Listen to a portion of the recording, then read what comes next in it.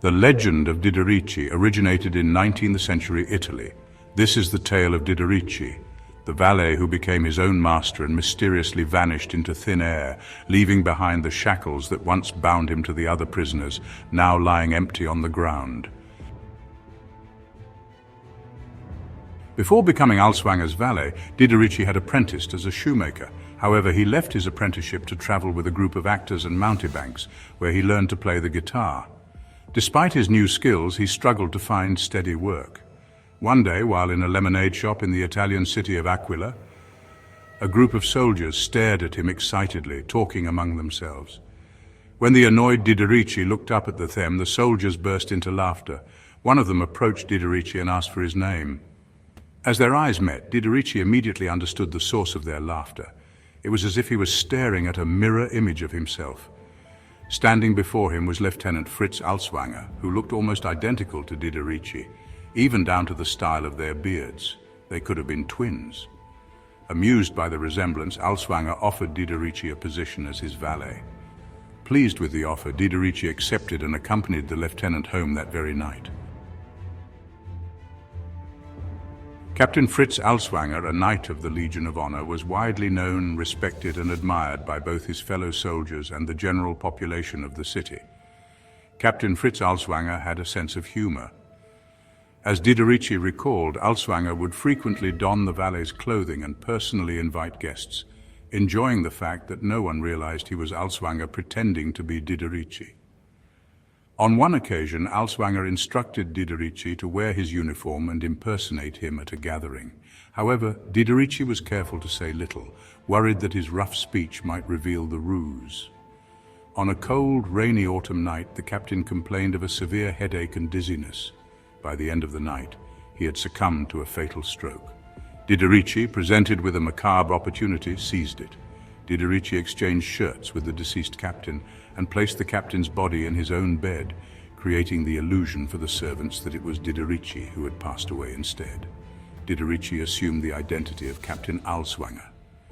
Diderici, feigning grief, withdrew and spent the 3 weeks of mourning delving into Alswanger's letters and papers, while also practicing his signature. After this time, following the doctor's advice that a change of scenery could alleviate his depression, Diderici left both the captain's household and the community that knew Alswanger, seeking to carry on his impersonation of the late captain without raising suspicion. Diderici, now Alswanger, reveled in his newfound life. However, as with all deceptions, this one too had a shelf life. Faced with an obligatory visit to the late captain's family, Diderici prepared by diligently studying Italian to impersonate the captain convincingly. Upon arrival, the late Alswanger's father and sister welcomed him warmly, but his mother's keen intuition left her suspicious of his true identity. Before long, the entire family grew suspicious of Diderici, observing inconsistencies in his behavior and noticing that the letters he wrote to his mother lacked the usual warmth and personal touch of her son's familiar tone. Diderici's charade came to an end because of a stolen ring. He had taken a signet ring from a shopkeeper. Months later, the shopkeeper spotted the ring on the finger of an acquaintance at the guard mounting on the marketplace. Curious, he asked how the acquaintance had come by the ring, explaining that it had been stolen from him. The acquaintance replied that he had bought it from a French soldier, describing him in detail. The shopkeeper then exclaimed, "Why, it's Captain Alswanger!" Diderici was apprehended. The former valet was publicly stripped of his medals, badges, and other symbols of rank. Following his arrest for stealing the ring, Diderici admitted to having assumed the identity of the late captain.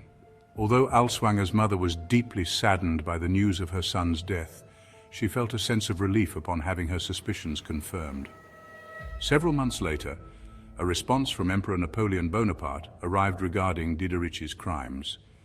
The emperor cleared Diderici of the suspicion of murdering Alswanger, but upheld the charge of assuming his identity. Diderici was sentenced to have the word thief branded on his shoulders, then temporarily imprisoned in Weichselmunde before being sent to Brest, where he would spend the remainder of his life in the galleys. Justice, it seemed, had prevailed, but Diderici had one final trick up his sleeve. Wixelmunda prison, a forbidding fortress on the Polish seacoast, was notorious for its impenetrable walls. As a result of a previous escape attempt, Diderici was forced to wear heavy iron shackles at all times to prevent any further attempts. But Diderici, a man of unyielding spirit, refused to be broken. Despite the relentless hardships, he clung to a desperate desire for freedom. He was determined to escape no matter the cost.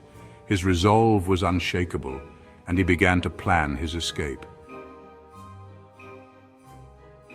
The legend surrounding Diderici's disappearance is as follows.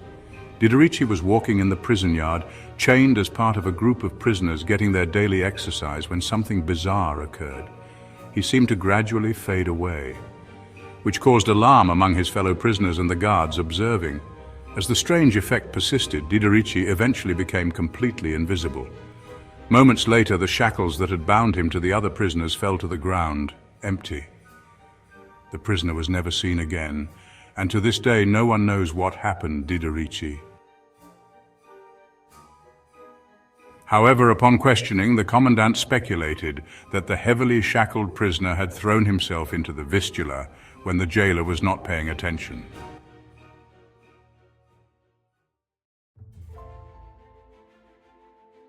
The legend of Diderici's escape spread like wildfire. It was a tale that captured the imagination of many, a story that seemed too fantastical to be true, yet too compelling to be dismissed. In the small villages and bustling towns, people gathered in taverns and around fireplaces, sharing the latest rumors and speculations about the mysterious disappearance. Diderici's disappearance remains an enigma. Did he live out his days in a distant land, far from the prying eyes of the Prussian authorities? Some believed that he had managed to escape to a far-off land, where he lived out his days in peace, free from the reach of those who sought to capture him. They imagined him starting a new life, perhaps under a different name, blending into a new community where his past was unknown. Others believed a more tragic end, envisioning his escape attempt thwarted by the unforgiving sea. The answer, like Diderici himself, is lost to the mist. Thank you for watching. Your support means a lot. It's free. Please like, subscribe, and leave a comment.